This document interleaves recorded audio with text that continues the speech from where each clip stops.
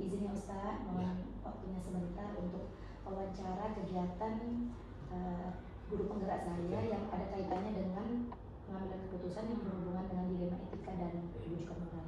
Baik Ustaz, langsung saja. Bagaimana selama ini Ustaz mengidentifikasikan kasus-kasus yang merupakan bagian dari dilema etika atau rujukan moral? Oke, baik.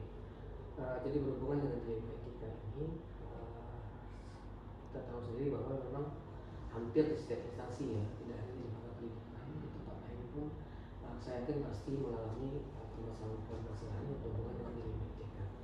Nah, mengidentifikasi permasalahan yang berhubungan dengan dilema etika itu, kalau selama ini saya melihat bahwa kalau permasalahan itu berhubungan dengan sesuatu yang menyangkut dengan peraturan, tapi kemudian dia ada sisi kebenaran dari dua pendapat seumpama, boleh dikatakan itu akan menyangkut dari masalah dilema etika. Semisal contoh tadi kita katakan bahwa ada aturan yang diterapkan, kemudian ada dua pendapat yang ada poin kebaikannya di situ. Contoh, kalau di kita kan ada aturan bahwa sakit satu hari harus ada surat keterangan dokter.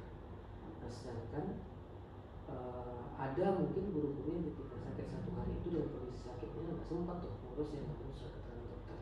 Secara aturan dia harus begitu, tetapi secara etikanya gitu, gimana tuh kita lagi sakit ngurus surat juga gitu kan. Nah, ini kan ada sisi kebaikan di situ sebetulnya, bahwa ada sisi manusiawi yang seharusnya kita pertimbangkan.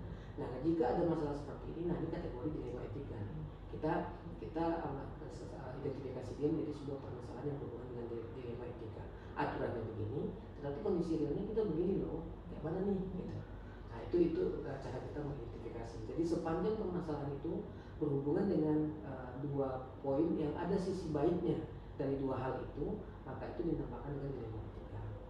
Nah, saya selama ini begitu caranya menentukan, mengidentifikasi sebuah permasalahan kategorinya dilema etika atau tidak, jika kemudian dari permasalahan itu ada sisi baiknya masing-masing. Mungkin pendapat satu mengatakan begini, pendapat dua mengatakan begini, ada sisi baiknya, ada sisi plusnya, maka kemudian akhirnya jadi dilema etika. Jadi kita bingung bagaimana nih cara menentukannya dengan permasalahan itu, karena dua-duanya ada sisi baiknya. Nah, itu identifikasi kita untuk mengidentifikasi bahwa sebuah masalah dikatakan dia kategori masalah yang dilema etika. Ustaz, lalu bagaimana Ustaz menjalankan pengambilan keputusan di sekolah kita nih Ustaz, terutama untuk kasus-kasus di mana ada dua kepentingan yang sama-sama benar dan sama-sama mengandung nilai kebajikan? Betul. Nah, ini tadi saya sampaikan itu tadi, bahwa biasanya dalam dilema etika ada masing-masing pihak, bahkan ada dua golongan yang punya pendapatnya berbeda. Nah, masing-masing punya sisi kebajikan, masing-masing ada nilai kebaikan dari situ. Nah, selama ini, tapi kan ketika kita mengambil keputusan kan nggak mungkin dua-duanya kita pakai, nggak mungkin dua-duanya kita laksanakan. Tentu harus ada satu yang menjadi skala prioritas kita, untuk itu dijadikan pedoman untuk dilaksanakan. Nah, bagaimana cara memilah? Bagaimana cara memilih di antara dua nilai kebaikan tadi yang dipermasalahkan? Nah, saya selama ini melihat bahwa di antara dua permasalahan itu, dua pendapat tadi lah yang ada sisi baiknya tadi, lihat mana yang paling banyak sisi kebermanfaatan, mana yang paling banyak positifnya. Nah, itu yang kita ambil. Artinya ini baik nih, betul, ini baik juga betul, tapi di antara yang baik tadi tentu sesuatu itu kalau dia baik pun ada minusnya, ada kurangnya gitu. Ini dia baik pun ada kurangnya. Nah, malah mana yang paling banyak di antara dua itu yang kurangnya paling banyak. Nah, itu yang kita kesampingkan. Kita pilih yang sedikit kekurangannya, banyak kelebihannya. Nah, sehingga ketika ini kita pilih, insya Allah guru-guru atau pihak-pihak yang berkaitan dengan dilema etika tadi bisa memahami bahwa oh, ini demi kebaikan kita bersama, bahwa ini lebih banyak manfaatnya, lebih banyak kebermanfaatannya dibandingkan dengan yang satu lagi. Ya, lalu Ustaz, bagaimana langkah-langkah atau prosedur yang biasanya Ustaz lakukan selama ini? Oke. Nah, kalau untuk prosedur langkah-langkah, tentu ketika saya menemukan permasalahan yang berhubungan dengan dilema etika, rujukan pertama kita tentu aturan yang berlaku. Artinya ketika aturan itu menjadi sebuah kesepakatan yang disepakati bersama dalam sebuah lembaga, maka kita yang berada dalam lembaga tersebut tentu harus tunduk dan taat dengan peraturan itu. Itu yang kita jadikan pedoman dulu, patokan kita dulu itu. Nah, cuma di lapangan kadang-kadang ada peraturan itu yang kemudian menjadi bahan diskusi, yang kemudian menjadi dilema etik jika kemudian dia ada sifatnya itu yang berhubungan dengan apa yang harus saya bilang, permasalahan yang tadi dilema etik tadi. Contoh tadi saya bilang ketidakhadiran, tadi kan itu kan aturannya kan begitu. Tetapi realitas di lapangan ternyata menjadi kesulitan bagi guru-guru. Macam mana orang sakit kok disuruh juga ini gitu kan, ngurus surat sakit gitu, hari itu juga gitu, kalau makan kan berobat kan bisa langsung minta sekalian gitu. Kan kadang-kadang ada orang yang sakit yang minta berobat cuma 1 hari ini aja kan gitu, besok bisa jadi sehat gitu. Nah, jadi kalau saya pertama aturan mainnya dulu kita sepakati bersama, tapi tidak saklek dengan aturan itu. Dalam artian bahwa sepanjang demi kebermanfaatan bersama, ada sisi positifnya lebih banyak. Aturan yang kita buat itu bisa jadi suatu ketika mungkin bukan kita langgar, tapi mungkin kita turunkan speknya atau kita sedikit longgarkan demi mengakomodir dilema-dilema etik tadi yang kita anggap bahwa secara sisi manusiawinya ini benar, tapi tetap dengan kesepakatan bahwa ini berlaku untuk semua. Artinya, dengan si A diberlakukan ada keringanan spek, di si B tidak pula. Tak bisa seperti itu. Jadi artinya semuanya kita perlakukan sama. Kalau memang ada keringanan dari aturan yang kemudian kita terapkan di satu persen, maka di semua persen juga kita perlakukan yang sama. Jadi kita tidak tebang pilih aturan. Artinya kalau si A kena, ya si B juga kena. Kalau si C kena, ya si D juga kena. Semua kita yang dari situ tetap terkena kebijakan itu.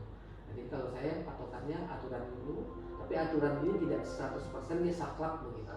Bisa kita modifikasikan, menyesuaikan dengan mana kebermanfaatannya yang jauh lebih besar. Lalu selama ini hal-hal apa yang menjadi tantangan Ustaz dalam Ustaz mengambil keputusan yang berhubungan dengan dilema etika? Tantangan yang selama ini saya alami itu satu, karena ini namanya dilema. Dilema itu kan tentu ketika kita mengambil A, ada yang kemudian tak terakomodir.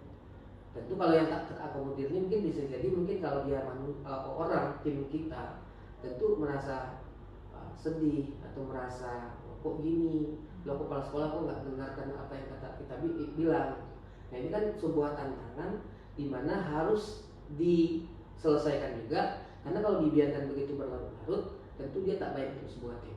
Nah, menurut saya ini bagian tantangan nih, bagaimana kemudian kita memutuskan dalam hal kasus-kasus dilema etika ketika kita sudah putuskan masalahnya itu dengan keputusan yang A, yang tidak sesuai dengan keputusan A tadi, bisa juga kita rangkul agar dia ikut juga keputusan itu. Nah ini sebuah tantangan, seni mengelola kawan-kawan yang tadi tidak sesuai dengan keputusan yang sudah kita ambil. Kita menyadarkan, memahamkan mereka bahwa ini lebih banyak loh kebermanfaatannya, ini lebih banyak loh ininya ketimbang ini. Ini agak sedikit banyak nih kekurangannya, dengan inilah kita inikan, ini yang kita putuskan. Nah ini yang harus kita, bagi saya itu sebuah tantangan bagaimana kemudian pendekatan personal kita ke guru-guru, ke tim kita, meyakinkan bahwa inilah keputusan yang paling tepat dari masalah dilema etika yang kemudian kita ambil tadi, ini yang kita putuskan. Itu satu tantangannya.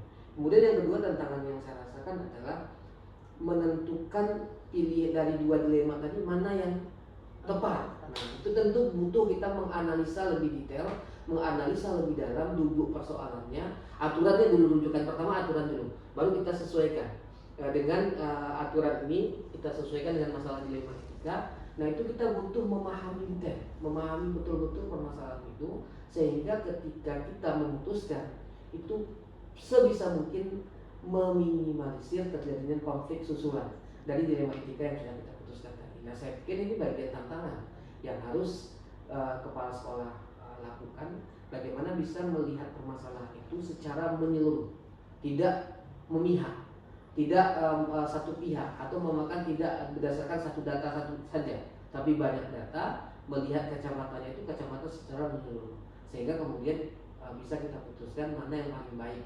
keputusannya dari dilema etika yang kita hadapi tadi gitu. Jadi artinya tantangan itu bagi saya buat sebuah tantangan menentukan keputusan yang mana yang harus tepat kita ambil. Kemudian berikutnya adalah tantangannya bagaimana mengelola kawan-kawan yang tidak setuju dengan keputusan yang kita ambil itu.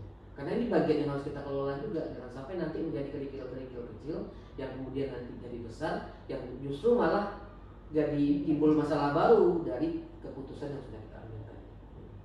Ya, lalu Ustaz, apa punya jadwal Ustaz dalam menyelesaikan kasus dilema etika tuh?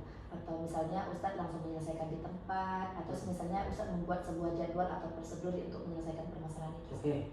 Kalau saya sih sifatnya begini, dilihat dari seberapa urgen masalah itu, seberapa besar luas dampaknya. Kalau permasalahannya kecil, dilema etika, tapi ini skopnya kecil, mungkin internal antara satu guru dengan guru yang lain, hanya segelintir guru saja yang berdilema di situ. Saya pikir mungkin di kasus itu bisa diselesaikan saat itu juga selesai. Tetapi kalau dia masalah ini, dilema ini menyangkut banyak pihak, artinya dua kubu besar yang berseberangan, kelompok A dengan kelompok B, kelompok A ini banyak jumlahnya juga, kelompok B ini juga banyak jumlahnya, dengan pemikiran yang sama-sama baik juga. Ini ada sisi positifnya, ini juga ada sisi positifnya. Tentu dalam konteks seperti ini saya akan jadwalkan tuh. Artinya kita buat sebuah pertemuan di mana kita duduk bersama, kita bahas secara menyeluruh apa permasalahannya, apa dilema yang muncul, apa yang aturan yang seharusnya berjalan. Patokan kita tetap aturan dengan mengambil keputusannya dengan mempertimbangkan mana yang paling banyak kebermanfaatannya. Jadi tetap harus kita jadwalkan kalau menurut saya, karena memang ini skopnya besar dan ini nggak selesai dengan hanya satu orang dua orang memutuskan. Butuh kita rembuk suro dalam satu forum, kita sumbang pikiran, karena ini masalahnya dilema etika. Karena masing-masing punya pembenaran, ada bagian yang benar dari apa yang mereka ini kan. Tapi memang kebenaran yang seharusnya kita jadikan sebagai patokan dalam dilema etika adalah kebenaran mutlak, bukan kebenaran yang menurut kita benar atau menurut si A benar, tetapi kebenaran mutlak. Biasanya kebenaran mutlak ini ada dasarnya. Apa dasarnya? Aturan. Kalau dalam agama kebenaran mutlak itu apa? Quran, hadis. Nah, ini kan kebenaran mutlak. Kita nggak bisa tangkal apa yang ada di situ. Jadi nggak bisa dia kebenaran yang sifatnya parsial atau personal. Nah, Ustaz, dari semua hal yang tadi telah Ustaz sampaikan, Ustaz, apa pembelajaran yang paling Ustaz ingat atau Ustaz ingin Ustaz ambil dari pengalaman Ustaz dalam mengambil keputusan? Kalau saya jujur nih, kalau refleksi ya, pembelajaran yang saya ambil bahwa dengan adanya dilema-dilema etik itu, kalau dari sisi saya pribadi sebagai kepala sekolah, semakin mematangkan kita, membuat kita semakin lebih matang dalam memutuskan sebuah persoalan. Karena kita dituntut ketika menyelesaikan persoalan-persoalan itu, apalagi yang berhubungan dengan dilema etika, bagaimana kita mengambil keputusan kemudian orang lain bisa menerima itu dengan ikhlas, lapang dada, dan bisa melaksanakan itu sesuai dengan keputusan yang kita ambil. Nah, ini bagi saya itu hikmah tersendiri lah buat saya, semakin mematangkan saya ketika saya dihadapkan dengan persoalan-persoalan seperti itu, semakin lebih matang dalam pengambilan keputusan, sehingga keputusan yang kita ambil itu betul-betul bisa sesuai dengan orang banyak, bisa diterima walaupun realitas di lapangan bisa jadi mungkin ada yang nggak setuju, ada satu dua yang nggak setuju, tapi pertimbangan kita adalah demi kemaslahatan, bahwa ini lebih banyak sisi manfaatnya. Nah, ini yang kita putuskan. Nah, itu buat saya pribadi itu semakin membuat saya menjadi lebih matang dalam proses pengambilan keputusan. Luar biasa Ustaz, atas wawancara kita hari ini. Saya berdoa mudah-mudahan Ustaz menjadi pemimpin yang terus Insyaallah baik ke depannya, dan sudah untuk ustazah memimpin kelas, barangkali nanti juga ada kesempatan dari kepala sekolah, nah memimpin sekolah juga nanti insyaallah mudah-mudahan diberikan kesanggupan dan keistiqomahan. Terima kasih ya Ustaz. Sama-sama Ustazah. Atas waktu yang telah diberikan. Saya akhiri. Assalamualaikum warahmatullahi wabarakatuh. Waalaikumsalam warahmatullahi wabarakatuh.